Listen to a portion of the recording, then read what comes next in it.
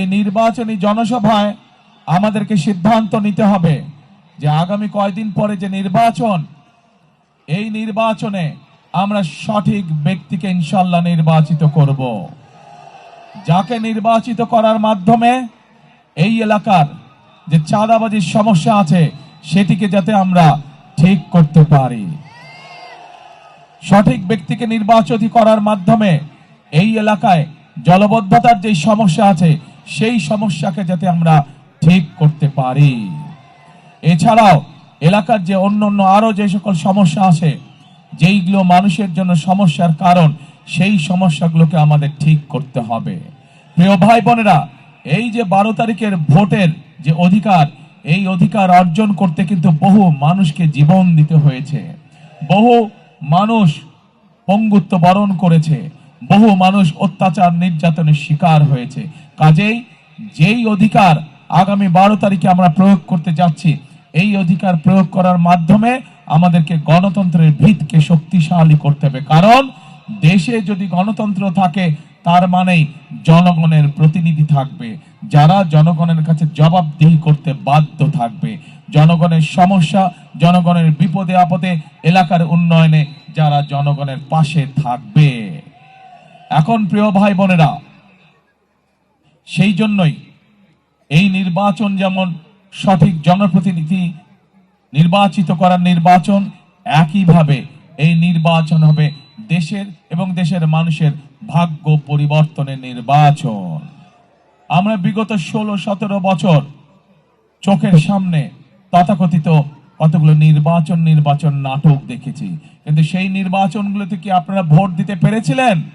বাংলাদেশের মানুষ, শুধু আপনারা নয়, সারা বাংলাদেশের মানুষ ভোট দিতে পারে নাই। আমরা কি মনে করি যে আগামী নির্বাচন, এই 12 তারিখের নির্বাচনে আপনারা ভোট দিতে পারবেন?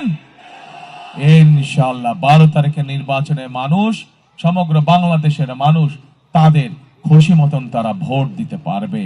এখন প্রিয় ভাই বোনেরা, এই যে যেই কথাটি বললাম, এই নির্বাচন যে শুধু সঠিক ব্যক্তিকে নির্বাচিত করা শুধু তাই নয়, একই সাথে এই নির্বাচন হবে বাংলাদেশের মানুষের ভাগ্য পরিবর্তনের নির্বাচন। এই নির্বাচন হবে বাংলাদেশকে পরিবর্তনের নির্বাচন। বিগত 16 বছর আমরা কি দেখেছি? আমরা দেখেছি মেগা প্রজেক্টের নামে মেগা দুর্নীতি হয়েছে। কিছু মানুষের ভাগ্যের পরিবর্তন হয়েছে, কিন্তু দেশের মানুষের ভাগ্যের পরিবর্তন হয়নি। ক্ষেত্র বিশেষে মানুষের দুঃখ কষ্ট আরো বেড়ে গিয়েছে। আজ সমগ্র বাংলাদেশে এই যে চাঁদাবাজির সমস্যা, সমগ্র বাংলাদেশে আইন শৃঙ্খলা যে সমস্যা, সমগ্র বাংলাদেশে মানুষের কর্মসংস্থান, বিশেষ করে তরুণ বা যুবক যারা আছে তাদের কর্মসংস্থানের সমস্যা, হাসপাতালগুলোতে আমরা জানি ঠিকভাবে চিকিৎসা পাওয়া যায় না, এরকম বহু সমস্যা সারা বাংলাদেশে। কারণ এই যে গত 16 বছর ধরে নির্বাচন তামাশা হয়েছে, কিন্তু জনগণ তাদের সঠিক প্রতিনিধি নির্বাচিত করতে পারেনি, যার ফলে জনগণের দুঃখ কষ্ট শোনার মতন কোনো মানুষ ছিল না। আজ সেই সুযোগ এসেছে, যারা জনগণের দুঃখ শুনবে, জনগণের কষ্ট শুনবে, এলাকার সমস্যা জানবে এবং এগুলোর সমাধানের জন্য তারা চেষ্টা করবে। এখন প্রিয় ভাই বোনেরা, আমরা বাংলাদেশ জাতীয়তাবাদী দল এবং একই সাথে বিপ্লবী ওয়ার্কার্স পার্টি, আমরা বিগত 2.5 বছর আগে আমরা বাংলাদেশের মানুষের এবং বাংলাদেশের ভাগ্য পরিবর্তনের জন্য 31 দফা উপস্থাপন করেছিলাম জাতির সামনে। সেখানে আমরা মানুষের ভাগ্য পরিবর্তনের জন্য কতগুলো পরিকল্পনা গ্রহণ করেছি। যেমন বাংলাদেশের জনসংখ্যার অর্ধেক জনসংখ্যা হচ্ছে নারী। এই নারীদেরকে যদি আমাদের স্বাবলম্বী করতে না পারি, তাহলে কোনোভাবেই আমরা বাংলাদেশকে সামনের দিকে এগিয়ে নিয়ে যেতে পারবো না। এবং এই জন্য এই নারীদেরকে স্বাবলম্বী করার জন্য, সেটি গ্রামে হোক শহরে হোক, বিশেষ করে খেটে খাওয়া যারা মানুষ, সেই সকল পরিবারগুলোকে, সেই সকল নারীদেরকে সহযোগিতা করার জন্য আমরা প্রত্যেকের হাতে হাতে একটি ফ্যামিলি কার্ড পৌঁছে দিতে চাই। যেই ফ্যামিলি কার্ডগুলোর অধিকার হবে আমাদের দেশের মায়েরা, যেই ফ্যামিলি কার্ডের অধিকারী হবে আমাদের দেশের গৃহিণীরা, বিশেষ করে যারা খেটে খাওয়া মানুষ। প্রিয় ভাই বোনেরা, এই ফ্যামিলি কার্ডের মাধ্যমে আমরা সরকারের পক্ষ থেকে প্রতি মাসে তাদের কাছে সহযোগিতা পৌঁছাবো, যার ফলে আমরা বিশ্বাস করি ধীরে ধীরে এই পরিবারগুলো একদিন স্বাবলম্বী হয়ে উঠবে। এবং পরিবারগুলো যখন স্বাবলম্বী হবে, ধীরে ধীরে আস্তে আস্তে বাংলাদেশ সামগ্রিকভাবে স্বাবলম্বী হয়ে উঠবে। প্রিয় ভাই বোনেরা, আমরা আমাদের সেই 31 দফায় সিদ্ধান্ত গ্রহণ করেছি যে আমরা বাংলাদেশের যে কৃষক ভাইরা, যেই কৃষক বাঁচলে বাংলাদেশ বাঁচবে, সেই কৃষক ভাইদের পাশে আমরা দাঁড়াবো এবং তাদেরকে আমরা ধীরে ধীরে স্বাবলম্বী করে তুলব। এবং সে কারণেই আমরা সিদ্ধান্ত গ্রহণ করেছি যে আমরা কৃষক ভাইদেরকে ঠিক যেভাবে মাদেরকে, গৃহিণীদেরকে আমরা ফ্যামিলি কার্ড দিব, ঠিক একইভাবে কৃষক ভাইদেরকে আমরা কৃষি কার্ড পৌঁছে দিব। এবং শুধু তাই নয়, এই কৃষি কার্ড পৌঁছে দেওয়ার মাধ্যমে আমরা তাদেরকে সরাসরি আমরা তাদের প্রয়োজনীয় সার, বীজ, কীটনাশক, ঔষধ পৌঁছে দেব।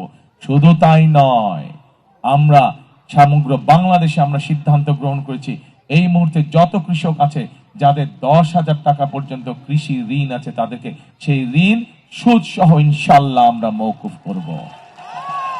এখানে আপনারা বহু মানুষ আছেন যাদের পরিবারের সদস্য বা আত্মীয় স্বজন, বন্ধু বান্ধব গ্রামে থাকেন, কৃষি কাজ করেন না? বহু মানুষ এখানে আছেন, সেই মানুষগুলো তাহলে উপকার হবে। প্রিয় ভাই বোনেরা, আমরা আমাদের দেশের যুবকদের, তরুণদের কর্মসংস্থানের সুবিধার জন্য সারা বাংলাদেশে বহু লক্ষ কোটি তরুণ আছে, যুবক আছে যারা শিক্ষিত, কিন্তু তাদের কর্মসংস্থানের সমস্যা রয়ে গিয়েছে। এই মানুষগুলো যাতে বেকার না থাকে, তারা যাতে কর্মসংস্থানের তাদের যাতে ব্যবস্থা হয়, তার জন্য আমরা কতগুলো উদ্যোগ গ্রহণ করেছি। আমরা ঢাকা শহর সহ প্রত্যেকটি আসন সহ সমগ্র বাংলাদেশের প্রতিটি জেলায় জেলায় আমরা বিভিন্ন রকম ভোকেশনাল ইনস্টিটিউট, বিভিন্ন রকম টেকনোলজিক্যাল ইনস্টিটিউট, আমরা প্রশিক্ষণ কেন্দ্র আমরা তৈরি করব, যার মাধ্যমে বিভিন্ন বিষয়ে তাদেরকে আমরা ট্রেনিং দিব। একই সাথে তাদেরকে আমরা ভাষা শিক্ষা দিব, যাতে করে তারা যদি প্রয়োজন হয় দেশে তাদের নিজস্ব ব্যবসা বাণিজ্য করতে পারবে, দেশে চাকরি বাকরি করতে পারবে, দক্ষ শ্রমিক হিসেবে, দক্ষ একজন কারিগর হিসেবে তারা গড়ে উঠবে, অথবা যদি প্রয়োজন হয় তারা বিদেশেও যেতে পারবে। এবং আমরা দেখেছি আমাদের যে কোটি মানুষ প্রবাসী ভাইরা আছেন, তারা যখন বিদেশে গিয়েছে চাকরি কর্মসংস্থানের জন্য, অনেককেই কষ্ট করে জমি বিক্রি করে যেতে হয়েছে। আমরা সেই জন্য সিদ্ধান্ত গ্রহণ করেছি এখন থেকে বিএনপি সরকার গঠন করার পরে যাদেরকে আমরা প্রশিক্ষণ দিব, তাদের মধ্যে থেকে যারা বিদেশে কর্মসংস্থানের জন্য যাবে, তাদেরকে আমরা একটি ছোট লোনের ঋণের ব্যবস্থা করে দিব, যাতে করে তাদের আর পারিবারিক জমি জমা বিক্রি করতে না হয়। প্রিয় ভাই বোনেরা, আমরা বাংলাদেশের একটি শ্রেণীর মানুষ আছে, যে মানুষগুলো আমাদের জীবন থেকে মৃত্যু পর্যন্ত যারা আমাদের সাথে সম্পর্কিত, তাদের সাথে আমাদের আত্মার এবং আধ্যাত্মিক সম্পর্ক আছে। এই মানুষগুলো আমাদের সমাজেরই অংশ। এই মানুষগুলো আমাদেরকে বিভিন্ন সময়, জীবনের বিভিন্ন বিপদের সময় তারা আমাদেরকে বিভিন্ন ভালো পরামর্শ দিয়ে থাকে। এই মানুষগুলো কারা? তারা হচ্ছেন আমাদের মসজিদ, মক্তব এর ইমাম সাহেব, খতিব সাহেব, মুয়াজ্জিম সাহেব সহ অন্য ধর্মের মানুষ, অন্য ধর্মের যারা গুরু আছেন, ধর্মগুরু, তারা। এই মানুষগুলো অনেকেই মানবতার জীবন যাপন করেন।